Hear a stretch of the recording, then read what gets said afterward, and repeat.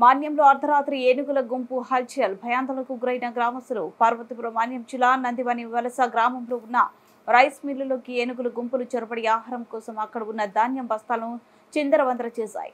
దీంతో గ్రామస్తులు భయాందోళనకు చెందారు. ఆ సమయంలో ఏనుగులను అడవులోకి తరలించి అటవీశాఖ ట్రాక్టర్లు అందుబాటులో లేకపోవడంతో ఏనుగుల గుంపు గ్రామాల్లోకి చొరబడతాయని గ్రామస్తులు తీవ్ర ఆందోళన చెందారు. గత కొన్ని సంవత్సరాలుగా మాన్యం జిల్లాలో గజరాజుల వలన ఆర్థిక నష్టం, ప్రాణ నష్టం, తీవ్రంగా నష్టం జరిగిందని అధికారంలోకి వచ్చిన కొత్త ప్రభుత్వం ఇచ్చిన మాట ప్రకారం మాన్యం జిల్లాలో గజరాజుల బెడద నుండి శాశ్వతంగా విముక్తి ఇచ్చారని మాన్యం జిల్లా ప్రజలు కోరుతున్నారు.